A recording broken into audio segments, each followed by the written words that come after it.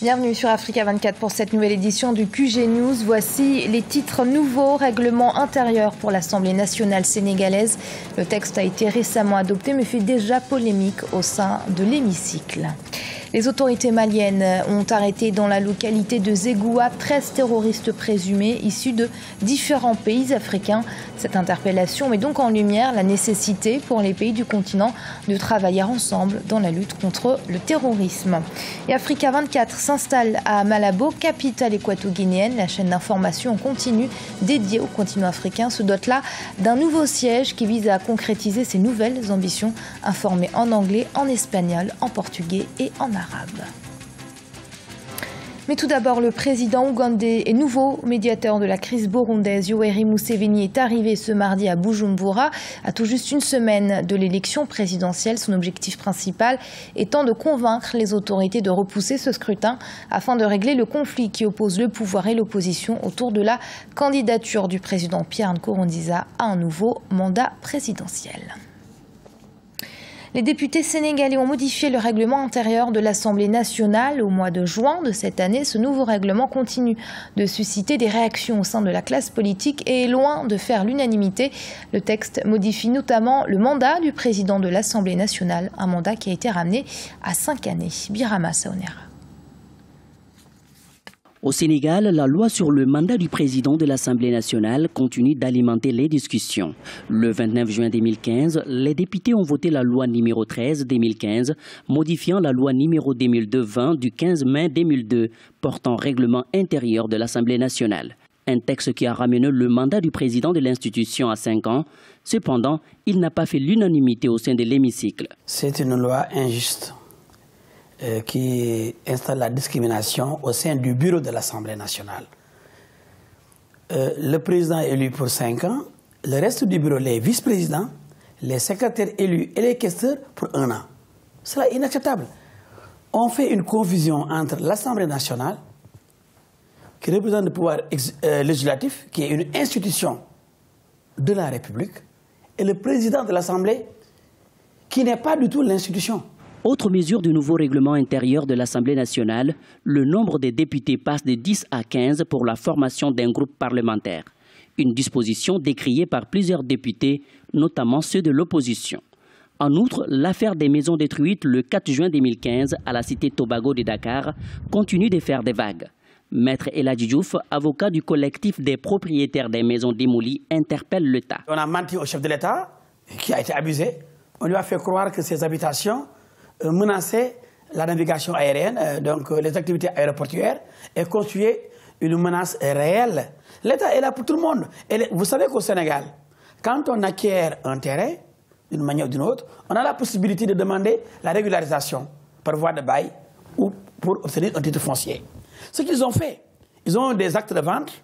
Pour l'heure, l'État a engagé un audit objectif, situer les responsabilités dans l'attribution des terres qui se trouvent dans le périmètre sécuritaire de l'aéroport international Léopold Sédar Senghor de Dakar. Le terrorisme fléau qui frappe de nombreux pays du continent, dont le Mali. La police de la localité de Zégoua, dans la région de Sikasso, a arrêté ce lundi 13 juillet des présumés terroristes à bord d'un car en provenance de Côte d'Ivoire, parmi eux des Maliens, des Franco-Maliens et des Mauritaniens. Une diversité qui interpelle les autorités quant à la coopération des services de renseignement entre les différents pays du continent. Lise Elsie à Kizimana. Les autorités maliennes renforcent les mesures de prévention des attentats. 20 présumés djihadistes ont été arrêtés à Zégoua, dans la région de Sikasso, au Mali. À bord d'un car de transport Sonef, ces présumés djihadistes étaient en provenance de la Côte d'Ivoire. Ils sont soupçonnés de planifier des attentats sur le territoire malien. Parmi eux, des Maliens, des Franco-Maliens et des Mauritaniens. Voir que des djihadistes d'origine mauritanienne, d'origine malienne, d'origine ivoirienne ont pris un car dans un pays à Abidjan après un vol venant de l'Europe pour atterrir là-bas et aller tranquillement se diriger vers le Mali sans aide, ceci est tout simplement un caillou dans la chaussure de cette lutte contre le terrorisme, contre la violence et contre l'obscurantisme. On doit s'interroger sur la coopération entre les services de renseignement français et les services de renseignement ivoiriens et africains et maliens en général. Le chef de file de la bande est un Mauritanien nommé Samir Henrique. Cette arrestation intervient une semaine après celle d'un autre présumé djihadiste à Ouan, dans la région de Ségou.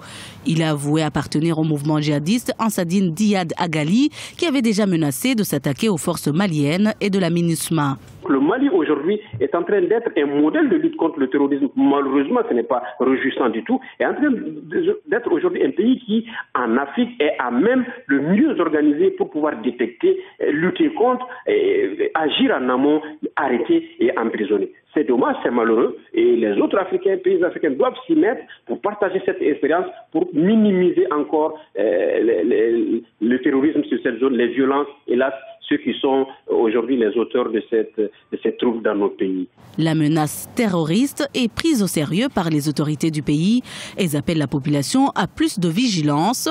La lutte contre le terrorisme est devenue un enjeu régional. Plusieurs pays comme le Nigeria, le Niger ou encore le Tchad veulent durcir leur législation en matière de lutte contre le terrorisme et le crime organisé. Une responsabilité morale mais non pénale, c'est ce qu'a reconnu lors de son interrogatoire par des magistrats guinéens Moussa Dadis Camara, une responsabilité reconnue lors du massacre du 28 septembre 2009 en sa qualité de chef de la junte militaire au moment des faits. Ce 28 septembre, rappelons-le, les forces de défense et de sécurité guinéennes avaient réprimé par la force une manifestation d'opposants faisant 157 victimes. Après Paris, la capitale française, et Dakar, capitale du Sénégal, Africa 24 se dote d'un nouveau siège à Malabo, capitale équato-guinéenne. Un nouveau siège consacré au développement des prochaines déclinaisons de l'information en anglais, espagnol, portugais et arabe. Ce centre permettra à notre chaîne de couvrir au mieux l'actualité du continent africain et poursuivre ainsi son objectif initial. Reportage de notre correspondant en Guinée équatoriale, Serge Kofi. Africa 24 installe un siège opérationnel monde en Guinée équatoriale. C'est l'une des décisions importantes du conseil d'administration de la chaîne qui s'est tenu ce lundi à Malabo. Disposant de son siège international à Paris en France et d'un siège de production à Dakar au Sénégal, Africa 24 va prochainement prendre possession d'un siège opérationnel monde à Malabo. Dans ce nouveau siège opérationnel comportant 4 grands studios et une plateforme de diffusion multilingue, Africa 24 pourra diffuser à partir de mai 2016 des déclinaisons de la chaîne en anglais, arabe, espagnol et portugais. L'idée de créer Africa 24 est en train de porter ses fruits parce qu'aujourd'hui la chaîne est devenue prestigieuse au niveau international. L'objectif est de parler de l'Afrique et d'avoir un ancrage sur notre continent. Aujourd'hui, Africa 24 a 5 ans, mais seulement 2 pays africains sont officiellement partenaires de cette chaîne. Il nous faut trouver des mécanismes pour que d'autres pays nous rejoignent. Cette décision vient couronner une vision de l'Afrique soutenue par les pays du continent dont la Guinée équatoriale et la République du Cameroun se veulent le symbole le plus concret. Le nouveau siège de Malabo, encore en cours de réalisation, comprendra un siège opérationnel de télévision ultramoderne de 6000 m² de superficie. Dans ces locaux seront produits toutes les 30 minutes, en français, en anglais, en espagnol, en arabe et en portugais, un point complet sur l'actualité internationale avec un journal toutes les 15 minutes. Une meilleure gestion des programmes est envisagée pour répondre aux nouvelles déclinaisons de la chaîne en 2016, notamment à l'enjeu du numérique terrestre sur le continent. D'abord, on a voulu être une chaîne d'information, donc on a donné priorité à la manière de fabriquer, de traiter l'information. Je pense que la deuxième étape aujourd'hui, c'est de devenir une chaîne d'opinion, de pousser un peu plus pour valoriser l'opinion de l'Afrique à travers le monde. Parce que nous sommes visibles dans toute l'Afrique, dans tout le Moyen-Orient. Nous inaugurons l'installation au Canada en septembre et aussi aux États-Unis. Derrière la notion de l'opinion vient la notion de l'internationalisation, de la compétence. Et c'est ce quoi nous poussons. Maintenant, il faut être clair. C'est d'abord une chaîne africaine qui a toujours eu depuis sa naissance non seulement la liberté de ton, mais la liberté d'opinion. Créée en 2009, Africa 24, la première chaîne mondiale d'information pour l'Afrique, a affirmé son statut de leader en termes d'audience et de notoriété. De nouveaux centres opérationnels au Cameroun, en Côte d'Ivoire, au Nigeria, à Addis Abeba sont prévus en 2016 afin d'ancrer encore plus la performance d'Africa 24 sur le continent. L'immense siège opérationnel mondial de Malabo en Guinée équatoriale offre des atouts de développement incontestables à Africa 24 pour servir l'ensemble des pays africains avec des contenus audiovisuels de proximité. Et ce journal a été préparé par l'ensemble de la rédaction. Merci de l'avoir suivi. Restez sur Africa 24 dans un instant, une nouvelle édition de l'information.